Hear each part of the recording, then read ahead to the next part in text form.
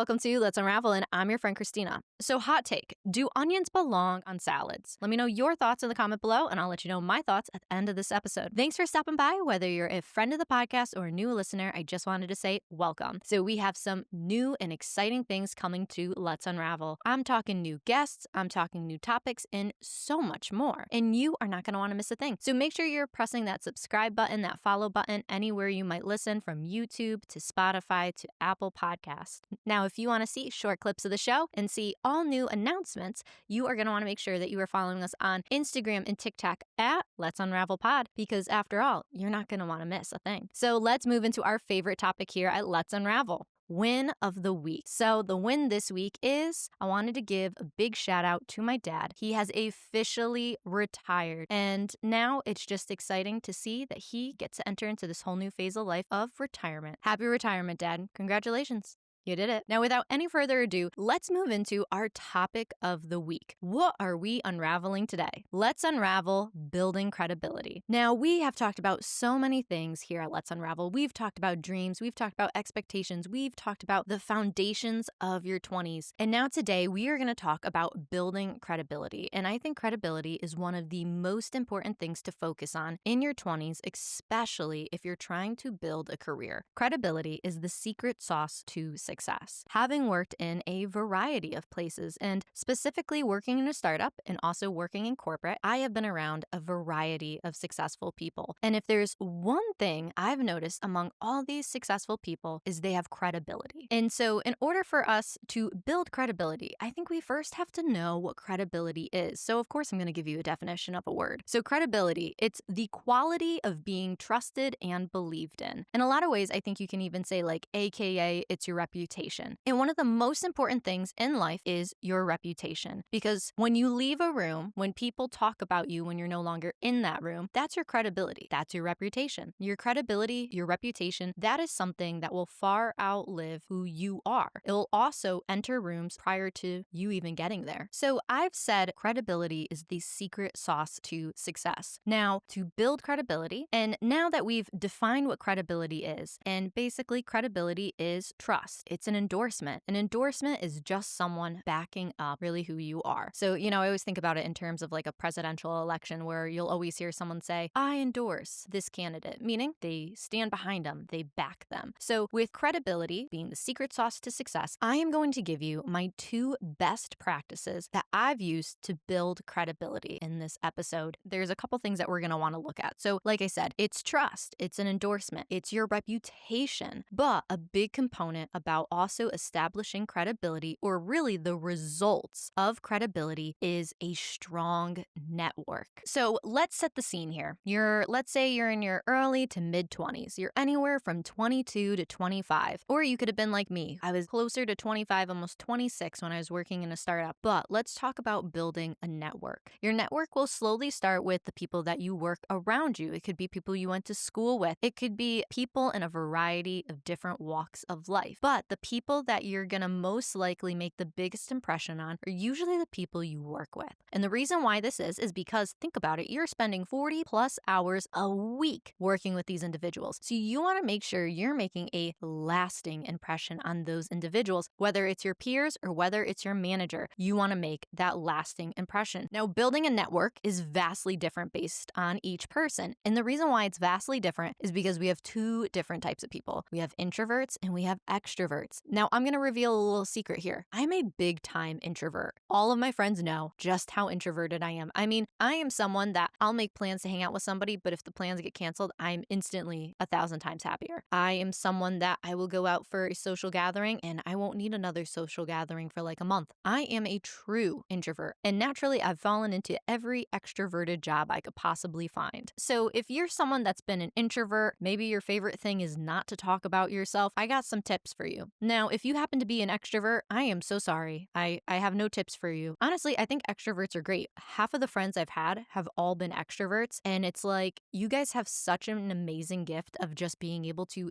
give so much energy to people. I think it's great. But for all you introverts, I want to give you some hope. So naturally in the workplace, we praise extroverts because it's all about going out. It's all about making connections and just a variety of these things. But introverts, you have a unique superpower that extroverts extroverts don't necessarily have. Now, because introverts, you don't like to go out, your favorite thing is not to just talk to people randomly or have small talk or whatever the case may be, even though there are some extroverts that don't like small talk either. But for introverts, one of the unique things about introverts is you tend to establish deeper connections because you're not interested in shallow conversations. Maybe you're a little bit more introspective, or you're just a little more intentional with your conversations. This is still great for building a network. So one of the things I've always lived by is I always like to let my actions lead. And this goes to credibility. This is not one of the practices, but one of the ways to build credibility is let your actions speak for you. So be a hard worker. Make sure that if you say you're going to be somewhere, you're there on time, if not early. One of the things my brother-in-law used to say to me, he goes, if you're 15 minutes early, you're on time. If you're on time, you're late. And if you're 15 minutes late, don't bother to show up. And that was one of those mottos he used to tell me as I was getting older and I was entering into the workforce. And it was something that really put everything into perspective, where it's about your reputation. So if you say you're going to do something, make sure you do that thing. Another valuable piece of advice, this is the advice I've actually given to people on my team before. When I was a manager, I remember there was one individual, they weren't necessarily hitting their targets with deliverables, where they would say they were going to deliver this project, they were going to deliver this report, and they weren't quite making it. And so I sat down with this person and I said, I'm going to give you the best piece of advice you're ever going to get. And they're like, okay.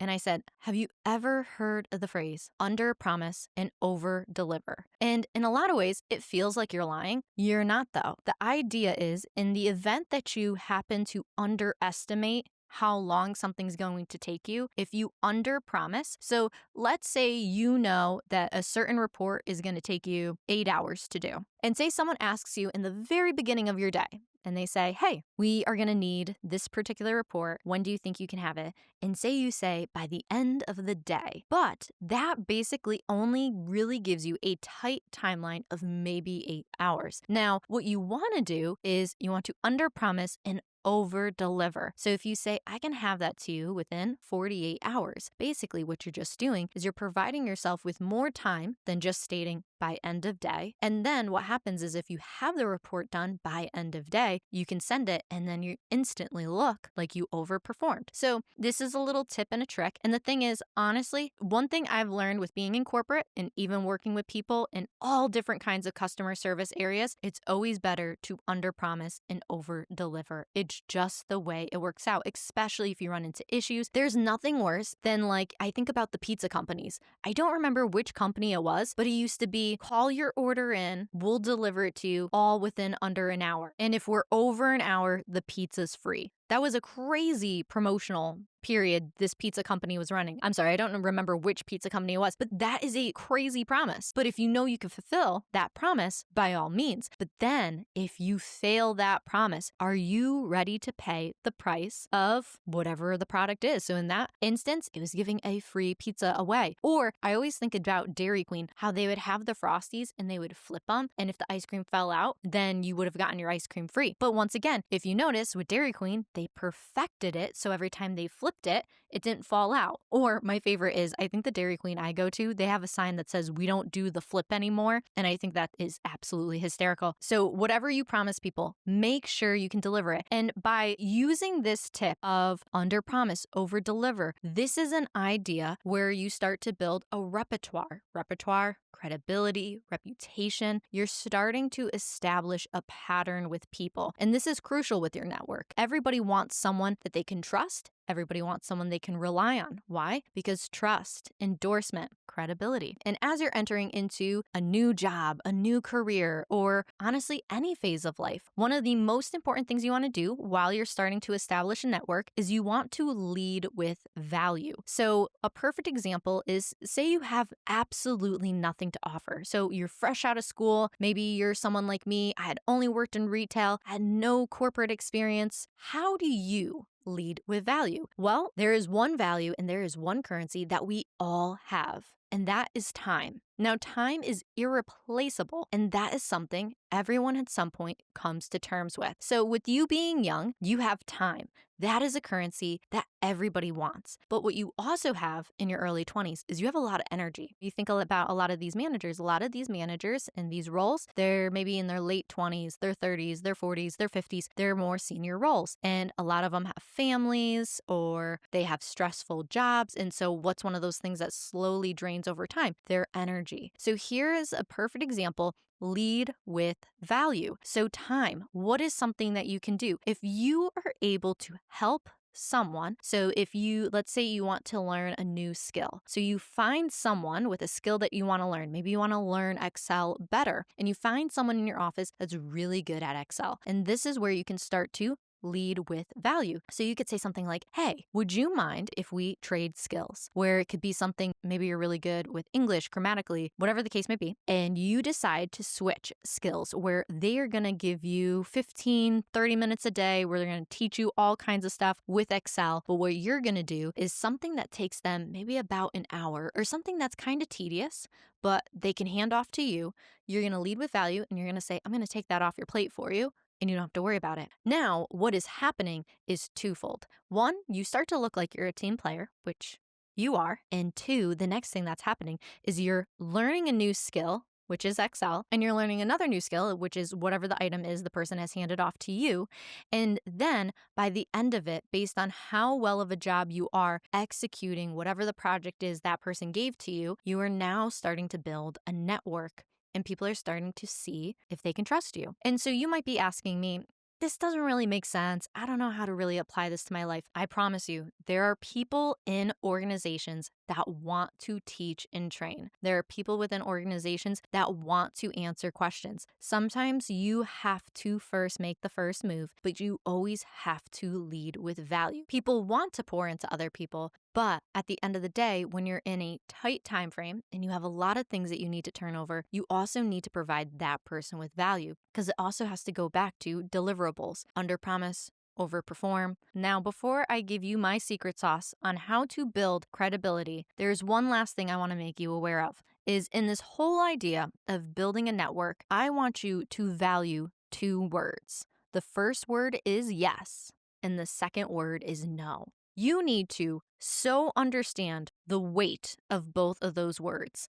Saying yes to something is incredibly important, just like saying no is incredibly important too. I remember at different points in my life when I decided to tackle certain projects. So when I was working at a startup or when I was writing my first novel, I remember a writing mentor had said, you have to value saying yes to things and you have to value saying no to things. When I was in the process of writing my rough draft for my first novel, my writing mentor had said, in this season, you are saying yes to writing a rough draft. And then she had said, and you're also saying no to anything that distracts you from that rough draft. So now I've thrown you all these different ideas on building network, the importance of a network, how to establish a network. And so now it is time we get to the secret sauce of this whole episode, the two practices that has propelled my ability to build credibility. So these two practices, I can easily summarize them into a phrase. So the first practice is never say no. And I'm going to give you a little caveat. It's not actually about saying no, but the phrase is never say no.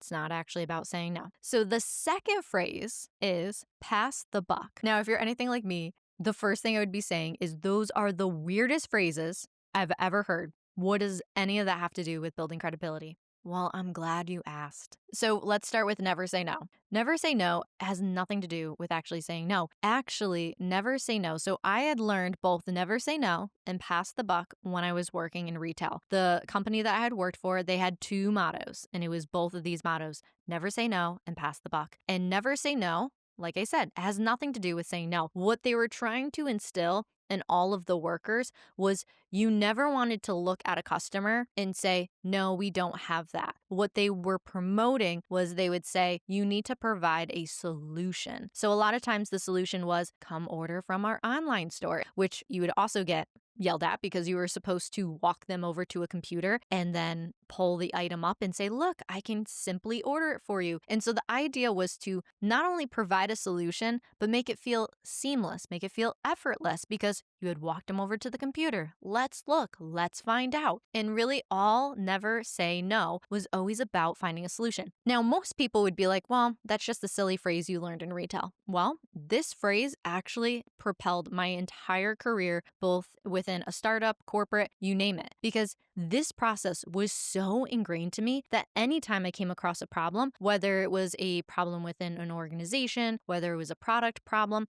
the point was I had to somehow have a solution to fix what was going on. A perfect example of this phrase put into action is I was working within a startup and I had a manager of another department reaching out to me because I had been really familiar with this program. And they're like, hey, I'm trying to pull all these numbers for some of the team members that were going out and selling products. And they were like, we need to see certain information. And so they would say something like, we want to see the breakdown based on like Office or something like that. And because we were in a startup and everything is so new, we a lot of times didn't always have certain reporting capabilities. So they'd say, oh, we want to see all of this by Office. And I would look in the system and I'd say, okay, that's not possible. And their first reaction is, okay, it can't be done. And I go, no. What is it that you actually need? I know you're trying to break this down by Office, but what is the actual goal that we're trying to go for? And so then this manager had ended up saying, oh, well, actually, I really wanted to know how many accounts had come through based on each individual representative within those offices. As soon as they said that, I was like, oh,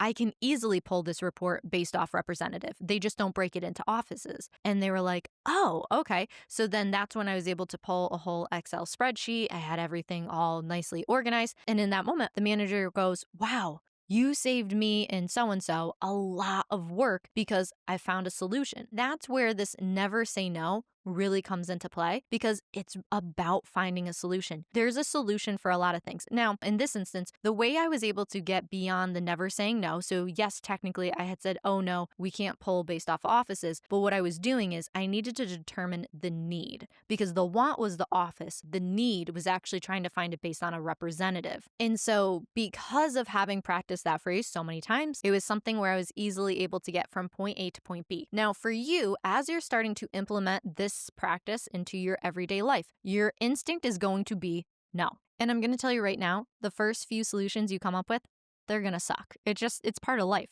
But don't be scared. Don't get nervous. Just roll with the punches. As you start to practice idea of never saying no, it's a muscle. It gets stronger over time. And so at first it's a little weak. It doesn't necessarily work, but over time it starts to really get easier because once you can start to say, what's the need? I can't provide the want, but I can provide the need. One of the best things about never say no is you slowly can start to figure out the principles or the means in which people operate from. So a perfect example is when I was talking about in the previous story about a manager from another department coming and talking to me because they were looking for like sale reports and just different things like that. And maybe we didn't necessarily have the first report that she wanted based off Office. As I started to notice, oh, this looks like it's going to be a reoccurring report she's most likely going to want. One of the things I would start to do to further solve this solution is I would talk to IT and I'd say, hey, we need to create a report where we're able to break everything down based off offices. And this is an instance, once again, where you're building credibility because once that solution is made permanent, then what happens is once you go and talk to that manager again, so in this example, it's like, oh, when I talked to Christina, not only did she solve my problem in the moment, so even though my solution didn't necessarily come to fruition in the way I wanted it, but Christina solved the problem in a way that I needed,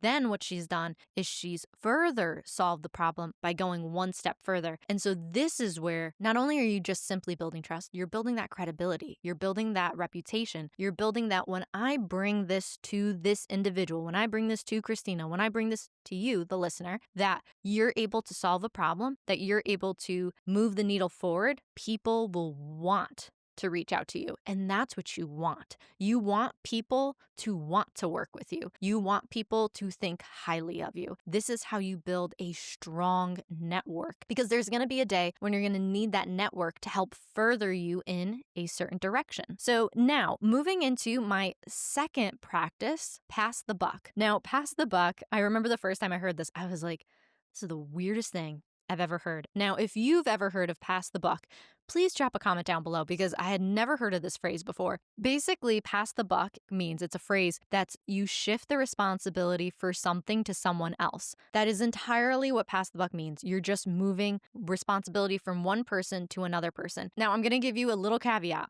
This practice is not about passing off work to someone else. It's about passing the responsibility, meaning you don't have the knowledge of how to solve this problem. So never say no is you have the knowledge or the bandwidth to solve a problem. But pass the buck means you don't have the knowledge. So it's your first day on the job. Perfect example is when I was a trainer and someone doesn't know how to, if it was in a retail store, they didn't know how to cash somebody out. If it was at a startup, it was they didn't know how to use the program. There would be a moment in time where they would need to pass the buck to me so then I could either teach them or I can assist them through the process. And so with pass the buck, I want you to think of it as tag teaming, because what you're going to do is you're learning the method of how to provide a solution in a certain circumstance. And so the idea is at whatever job that you have, you're either going to have a trainer, a manager, you're going to have somebody that you report into, and they're going to be the person that you ask your questions to. And so the idea is, once again, you want to practice that idea of never saying no. So you come up with a solution. So say you run into an issue, you don't know how to solve it. When I'm talking about an issue, I'm talking about something within your bandwidth that you can fix. I'm not talking about a lack of knowledge. Let's say you run into an issue. And one of the things you can do is you can brainstorm, okay, how are we going to fix this? So then when you get to your manager, you could say, hey, this report's not printing for some reason. And this is where you're going to do the never say no ideas, where it's like, I shut off my computer, it doesn't work. I rebooted this, it didn't work. And you're kind of giving the synopsis that you didn't run into an issue and run to them. You want to make sure that you are establishing a firm foundation, that you have done everything you possibly could before you reached out. Because it's this idea that as a manager knows, oh, when this person comes to me and they say this isn't working, it's genuinely not working. It's not because they missed the button. It's not because they forgot to start their computer. It's really you actually need help. And then what's also great is if you're able to look at something and you're like, I'm having a feeling. So like a perfect example is when I was working at a startup, we used to have problems with our programs all the time. So when I would call IT and I'd say, hey, this isn't working, and I'm almost positive it has to do with, and I would list the reason why. And 9 out of 10 times when that would happen, IT would look into it and they're like, oh no, you were right. It was exactly this issue. And when you can start to identify where a pressure point is to something and you can provide some type of context or some type of solution. So even in that instance, when I said, hey, when I do this function and this function, I'm thinking this is why it's not working. I didn't solve the problem because I don't have an IT background. But what I've done is I've narrowed it down. Because could you imagine if I called up IT and I was like, yeah, the program's not working? They'd be like, okay, well, there's like 20 questions I need to ask you to narrow down what this very specific window is, and this is why it's not working. When instead, when I go to them and I say, hey, when I press this button and this button, it doesn't work. Just remember, being direct, being clear, this is a great phrase my family uses all the time. Clear is kind. So be direct. Don't be like harsh direct. Just be clearly direct, meaning, hey, when I press this button and this button, it doesn't work. Clear is kind. One of the most important things that you need to remember in this idea of pass the buck. Now, when I had learned this phrase in retail, all of the managers knew pass the buck was a mantra that we stood by. So when we ran into an issue, the managers expected for you to stay with the manager through the whole problem or conversation, because the idea was to teach you what the outcome would look like. So if you came across it again, you knew how to deal with it. So obviously something to be aware of is maybe that's not the culture of the company that you're in. So completely understandable. But one of the things you can do, once again, going back to this idea, network, knowing the people that you work around, identify who the teammates are that you have. Identify the type of manager that you have. There's so many different types of managers, but there's some managers that they don't want to be bothered, that they really just want a solution, or if you bring them a problem, they're going to quickly kind of just be like, okay, you're fine, go away now. And what you can do with pass the buck, one of two things, and once again, this also goes back to how your manager responds. If you have the type of manager that's like, okay, well, you brought me a problem, but you could always follow up with a manager one of two ways. You could say, oh, do you mind if I stick with you so I could see what the outcome looks like? And a lot of times, like even when I've had managers that are like, oh, I'll just handle this by myself. If I say, hey, do you mind if I stick with you so I can see what the outcome of this looks like? They're like, oh yeah, sure, absolutely. And you can even express, oh, I would just like to know what the resolve is. So when this happens next time, I know how to resolve it myself. And it's like, oh, oh, great, I love that. Or you can have some managers where you might have some managers that don't want you involved whatsoever, and then you have to respect that and you walk away, you make a note of that for next time, and maybe pass the buck and staying with them isn't going to work for that manager. And sometimes you'll have peers on your team that are able to solve problems or answer questions maybe better than like a manager is, just because they're teachers or they're a better trainer or whatever the case is. So maybe it's one of those things you utilize a peer where you can ask questions and come up with these ideas. So then when you go to bring it to a manager, you're good to go. Now, if you want to establish a great, strong network, you have to give praise where praise is due. You cannot take credit for someone else's work. That is the quickest way to lower your credit score, let's just say. Yeah, totally made a joke about a credit score. But I will say, if you can honor the people around you, you can give them compliments, you can give them praise. I'm not talking about being a brown noser, and I'm not talking about kissing butt. I am talking about you are able to actually look at the people around you that as you solve a problem, if you didn't actually come up with the solution, you should therefore be giving credit to the person that did come up with the solution. That is how this whole networking thing works really well. Any person that tries to take credit for someone else, at some point in time, it will bite them in the butt, and you will find out that it in fact was not them that solved this problem. It was someone else. So I strongly advise you, if you want to have a network and if you take credit for someone else's work, it will spread like wildfire. That wasn't actually your work. It was someone else's. And slowly over time, you'll start to notice people may not want to work with you, or they may not consider you part of their network. And so another benefit with this idea of passing the buck is once you are able to establish that you can come up with solutions, that you can be involved in these conversations, don't be surprised if people start reaching out to you for your input because they really need like a sounding board. That was something I had learned at being at a startup, is because I was always able to bring some type of solution somewhere, I started to have different managers reach out to me, and all of a sudden we'd start having these brainstorming sessions because I was able to listen to what they were saying. We'd have moments of understanding what's the want, what's the need, what's the time frame. And this was something where we were able to project on what do we think is possible versus what is something that we want to plan for long term. And so now we've talked about credibility. I've given you my secret sauce and tips on how to build credibility in your life. But one of the ways I've seen this play out a lot is in TV shows and different contexts like that. And so I think about the TV show Castle and how it's about this writer. He's working with a New York detective. And so the lead character's name is Castle. The detective in the show is Kate Beckett. And because Castle was a mystery novelist, and because Kate Beckett was actually a detective, she didn't always necessarily believe some of the things he would say. Because you're like, you're just a fiction writer. Like, what do you actually know about solving a murder? That type of thing. But what happened is, as you see the progression of the show, he slowly starts to build credibility with her. He slowly starts to build a rapport with her that it gets to this point where she actually trusts him. And it's like, okay, you're funny and goofy, but like, I actually trust what you're saying because we're able to solve these mysteries together.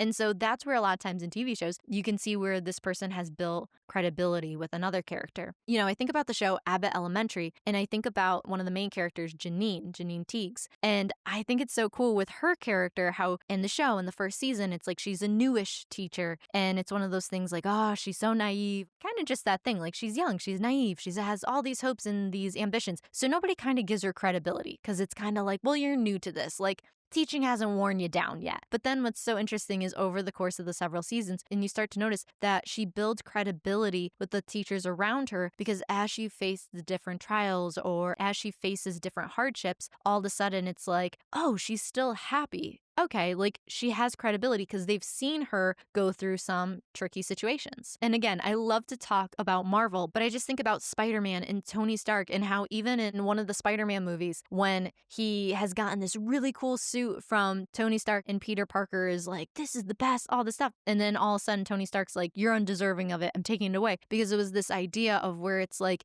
Peter had credibility, he lost the credibility, and then he goes and he fights the monster, the bad guy, and all of a sudden he builds back his credibility. You see this progression throughout a variety of movies and TV shows where a lot of times it's this young kid, they're trying to build credibility. And once again, it goes back to these different ideas that we've talked about under promise, over deliver, about coming up with solutions. It's about standing by your word and all these different ideas. So those were just some of my favorite ways of getting to really see credibility played out in really this TV world, these movies. It's funny, in these Marvel movies, I feel like they have so many great life lessons to them. So with this whole idea of credibility and how to establish, how to build credibility, it's about doing what you say you're going to do and providing follow through. And even just a few minor practices that can also help with establishing credibility. It could be when you say you're going to do something, providing the follow through of doing those said things. Clear is kind. So whenever you're addressing something, being clear, it's the kindest thing you can do. It could be looking like completing or solving a problem. It could be being organized. That sounds crazy, but being organized, it really helps with building your credibility among people. Another great one that I think people should practice more is being slow to speak, but quick to listen. So many people think dominance has to do with how loud they can talk in a room or just the fact they can talk in a room, when really credibility, dominance, it's listening. Because what's so cool is when you sit in a room and you see the person that doesn't talk a lot, all of a sudden they start to talk, people start to lean in because they want to listen to what you're saying. So if you can build this idea of letting your actions speak for you, and then you do this being slow to speak, but quick to listen, then as it gets to be your turn to speak, you'll be amazed at how people actually respect, they lean in, they make more space for you to be heard. Now, this might not be the case in all environments. There's some environments where it's really toxic, and no matter how hard you try, you can't fix a toxic environment. But if you're in a healthy organization, you're in a healthy room with individuals, these practices can actually help you and catapult you into the roles that you want to have or the career that you want to have ultimately. So I want to leave you with two ideas. The first idea is your credibility. It's about your work ethic and reputation because both those things provide longevity. Your network gets you into a room, but your credibility keeps you there. I want you to hold on to that idea. And then lastly, this was a quote that I had heard all the time. I couldn't figure out who actually said it, but the quote went, "It's not what you know, but it's who you know." And it's funny because, we live in a world where nepotism is alive and well. And a lot of times, no matter how hard you try to get some doors open, it's not about what you know. It's about who you know, who's on the other side of that door. So again, networking, it's so important. And now one of my favorite things to do is to try to summarize this whole episode into a single phrase, an episode in a phrase. So our episode in a phrase this week is your credit score matters.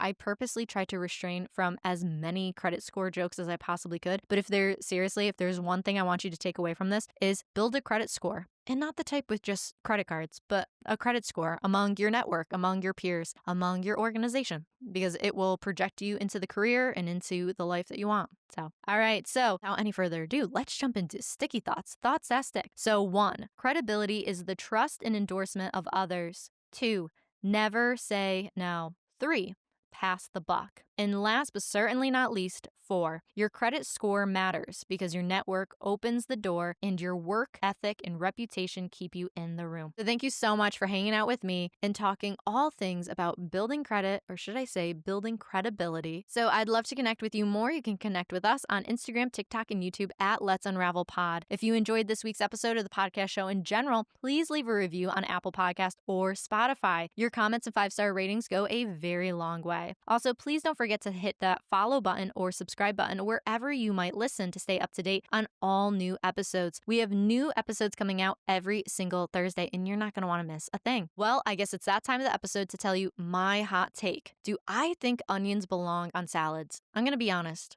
I don't think they belong on salads. I have never ate a salad and thought, ooh, I could really go for some onions on this. It's just not my favorite. I will make an exception for a Southwest salad, and if there's onions in the pico, that's a little different. But for the most part, I've never thought that onions have added any value to my salads. That's just my personal opinion. Drop your thoughts in the comments down below, and I will see you guys next week with another new episode. I'll talk to you later. Bye.